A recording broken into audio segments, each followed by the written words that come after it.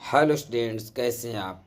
आज मैं राजनीति विज्ञान क्लास 10th के कुछ लघुत्तरीय क्वेश्चन सॉल्व करेंगे आपसे, जो बिहार बोर्ड द्वारा जारी मॉडल प्रश्न पत्र से लिए गए हैं। इसके साथ साथ आज हम अर्थशास्त्र विषय से कम 4 लघुत्तरीय क्वेश्चन और उसके उत्तर आपके साथ डिस्कस करूंगा। तो आइए शुरू करते हैं।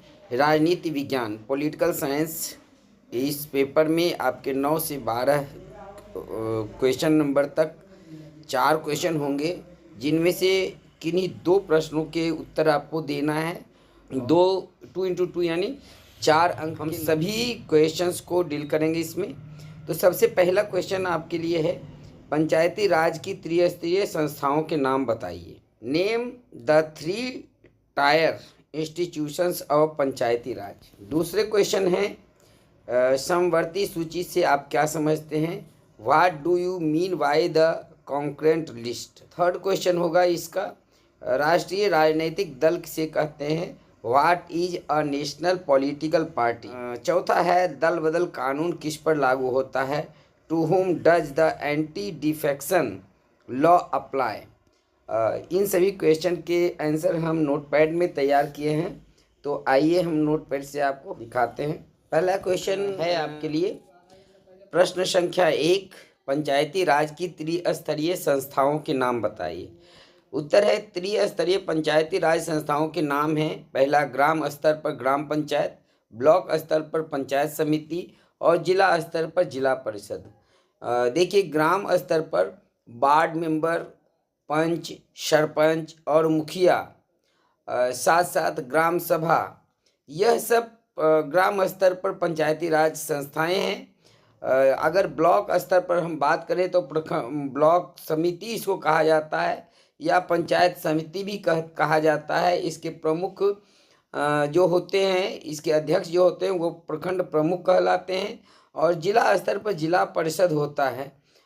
इन तीनों का चुनाव एक साथ होता है। ये त्रिस्तरीय पंचायती राज संस्थाओं के विभिन्न अंग हैं। प्रश्न संख्या 2 है, समवर्ती सूची से आप क्या समझते हैं। भारतीय संविधान के 7वीं अनुसूची में वर्णित तीसरी सूची। देखिए, भारत के संविधान में 3 अनुसूचियों की चर्चा की गई है।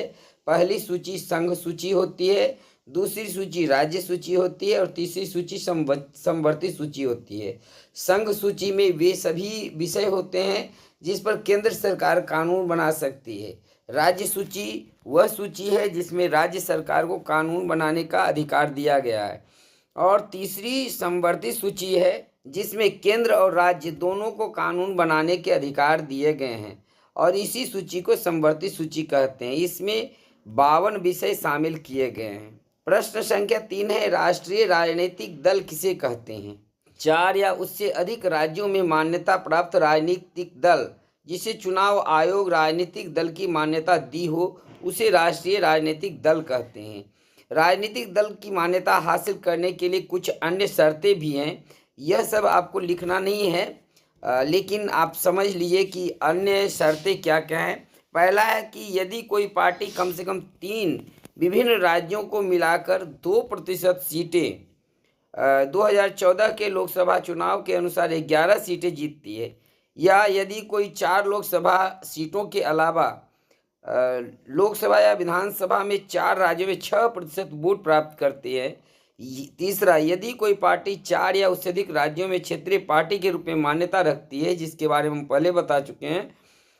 तो इन शर्तों मैंने लिख दिया इसलिए है कि आपको एक क्वेश्चन में लिखना नहीं है। तो उसको राष्ट्रीय राजनीतिक दल कहते हैं। हमारे देश में कांग्रेस, भारतीय जनता पार्टी, जनता दल यूनाइटेड, मार्क्सवादी communist party, Bahujan Samajwadi party भी थी राष्ट्रीय राजनीतिक दल, जिसकी मान्यता को समाप्त कर दिया गया।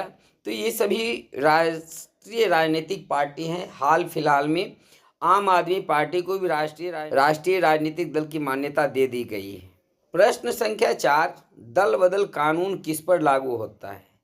उत्तर है, दल बदल कानून राजनीतिक दलों के विधायकों और सांसदों पर लागू होता है। यदि किसी भी दल के विधायक या सांसद संसद या विधानसभा में पार्टी व्हिप का उल्लंघन करते हैं तब इस कानून के तहत उनकी सदस्यता समाप्त हो जाती है। देखिए, पार्टी व्हिप क्या होता है।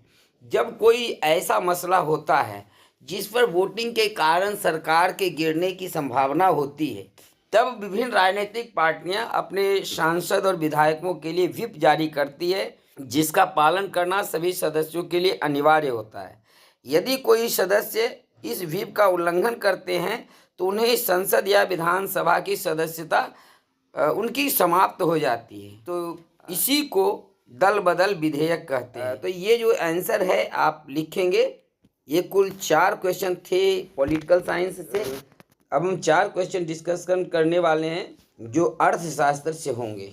आइए अर्थशास्त्र से कुछ महत्वपूर्ण क्वेश्चंस हम देखते हैं। प्रश्न संख्या 15 से 18 तक लघुत्तरीय प्रश्न होंगे जो अर्थशास्त्र से होंगे। इनमें 4 क्वेश्चन होंगे, 15, 15, 16, 17, 18, और इनमें से 2 प्रश्नों के उत्तर आपको देने हैं। तो आइए इनमें से भी हम 4 क्वेश्चंस को देखते हैं। पहला है, उदारवादी आर्थिक प्रणाली से क्या अभिप्राय है? What is meant by liberal economic system. Question दूसरा होगा इसमें, जो इसका 16वां नंबर क्वेश्चन हो सकता है, प्रतिभूति बाजार से आप क्या समझते हैं? What do you understand by a stock market. Question number 3 होगा, वाणिज्यिक बैंकों के कोई 2 एजेंसी कार्य बताएं। Mention any 2 agency function of commercial bank. और 18वां यानी चौथा क्वेश्चन होगा इसका, गरीबी रेखा को परिभाषित करें। Define poverty. तो इन चारों क्वेश्चन आंसर को हम देखेंगे आज के अपने इस सत्र में। तो पहला क्वेश्चन अर्थशास्त्र से है, उदारवादी आर्थिक प्रणाली से क्या अभिप्राय है? इसका उत्तर है, उदारवादी आर्थिक प्रणाली में व्यक्तिगत स्वतंत्रता, निजी संपत्ति और बाजार की शक्तियों पर जोर दिया जाता है। इस प्रणाली में सरकार का हस्तक्षेप सबसे कम होता है। प्रश्न संख्या 2, प्रतिभूति बाजार से आप क्या समझते हैं? उत्तर है, वह बाजार जिसमें प्रतिभूतियां जारी की जाती हैं, निवेशकों द्वारा खरीदी जाती हैं और बाद में निवेशकों के बीच हस्तांतरित की जाती हैं, उसे प्रतिभूति बाजार कहा जाता है। प्रश्न संख्या 3 है, वाणिज्यिक बैंकों के कोई 2 एजेंसी कार्य बताएं। उत्तर है, वाणिज्यिक बैंकों के 2 एजेंसी कार्य हैं। पहला, बैंक खाता धारकों को निवेश के बारे में सलाह देना। दूसरा, बैंक खाता धारकों के लिए कर रिटर्न तैयार करना और रिफंड का दावा करना।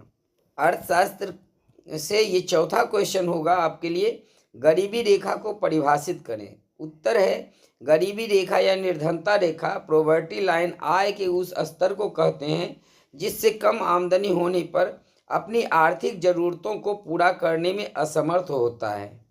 गरीबी रेखा अलग अलग देशों में अलग अलग होती है।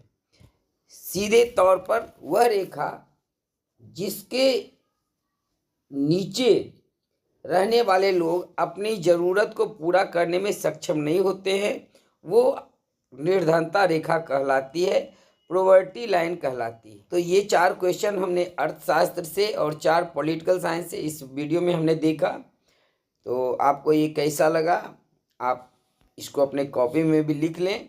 बाकी नेक्स्ट वीडियो में हम भूगोल और आपदा प्रबंधन से भी कुछ क्वेश्चंस देखेंगे।